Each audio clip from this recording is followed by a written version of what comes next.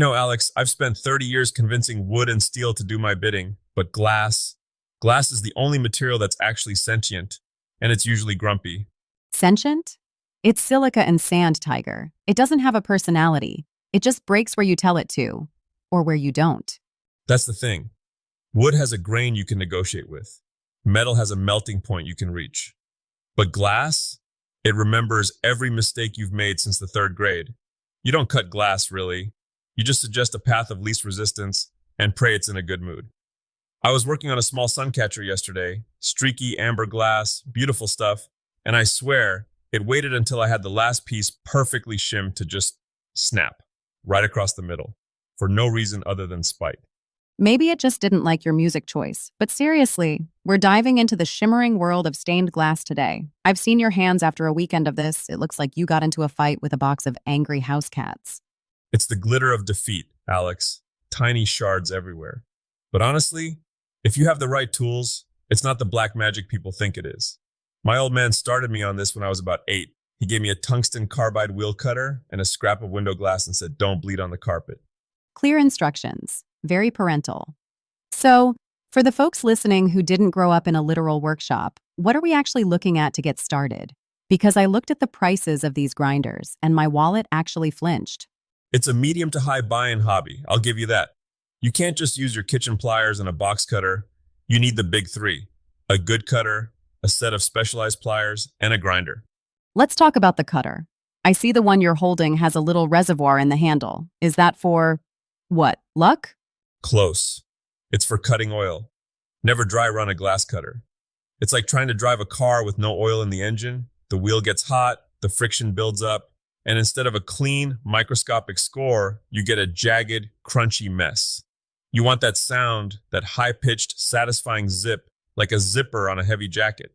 Okay, so we've made our suggestion to the glass with the cutter. Now I see two different pairs of pliers. One looks like it has a duckbill, and the other looks like it's for pulling teeth. Those duckbills are your running pliers. They have a curved jaw that puts pressure on both sides of your score line. You give it a gentle squeeze, and pop! The crack runs right down the line like a bolt of lightning. The tooth pullers? Those are Grozer pliers. Those are for nibbling. Nibbling, right, because we're all just squirrels in the shop. Exactly. When you have a tiny bit of glass that didn't break perfectly, or you need to round off a corner that your grinder can't reach, you groze it. You just chew away the excess. It's a very crunchy process. Speaking of grinders, one of our listeners, Debbie, was asking about the grinder. She's been using an old Glasstar for 12 years, and the motor is starting to sound like a blender full of gravel. Is it worth the revolutionary price tag? Stained glass folks are loyal to their grinders like gearheads are to their trucks. The grinder is the Ferrari of the world. Quiet, powerful, fancy lights. But here's the reality. If you're just starting, any decent diamond bit grinder will save your soul. Without a grinder, your pieces will never fit. You'll be trying to bridge gaps with solder. And let me tell you, solder is not structural glue. It's a bridge, not a filler. So we've cut it, we've nibbled it, we've ground the edges smooth so we don't end up in the ER. Now comes the shiny tape? Copper foil. This is the heart of the Tiffany style. You wrap every single edge of every single piece of glass. It's tedious, it's meditative, it's also the place where most beginners fail because they don't center the tape. If your foil's wonky, your solder lines will look like a mountain range on a map. I saw a tip about warming the glass in the winter months. Is glass really that temperature sensitive? Oh, absolutely. Cold glass is brittle and stubborn. If you're working in a garage in February, the glass will run wherever it wants. I've actually used a heating pad on my workbench before. You want the glass at a nice, comfortable room temperature. If it's shivering, it's going to shatter. Let's get to the part everyone loves and hates. The soldering. We had a question from Dave, who tried to be eco-friendly and recycle 30 pounds of old solder from a teardown. He said it's clumping up and won't flow. Poor Dave. I appreciate the hustle, but recycling solder is like trying to bake a cake with breadcrumbs from 5 different bakeries. That old solder is full of dross, oxides, old flux, dirt, and probably some lead-based sins from 40 years ago. So the cost saver turned into a 30-pound paperweight. Precisely. For stained glass, you want that 60-40 tin-lead mix to be virgin, clean, and happy. And Dave, check your flux. If your flux is old or you aren't using enough, your solder will just sit there like a glob of cold oatmeal. It needs that chemical reaction to wet the copper. We also had Kelly mention she's getting black residue on her solder lines during a long-term project. She's even tried steel wool. Stained glass is a race against oxidation. If you foil a piece and then leave it on the bench for 2 months while life happens, that copper develops a skin. The solder won't bite. Kelly, you've got to clean as you go. Use something like Quick Clean or even just a good soap and water scrub after you solder to get that acidic flux off there. If it stays on, it'll eat your finish and leave those black mold spots. That brings up a good point about scale. Another listener is starting a 30-inch panel and is worried about it warping or hinging at the joints. How do you keep something that big from folding like a lawn chair? Geometry is your friend, but gravity is your enemy.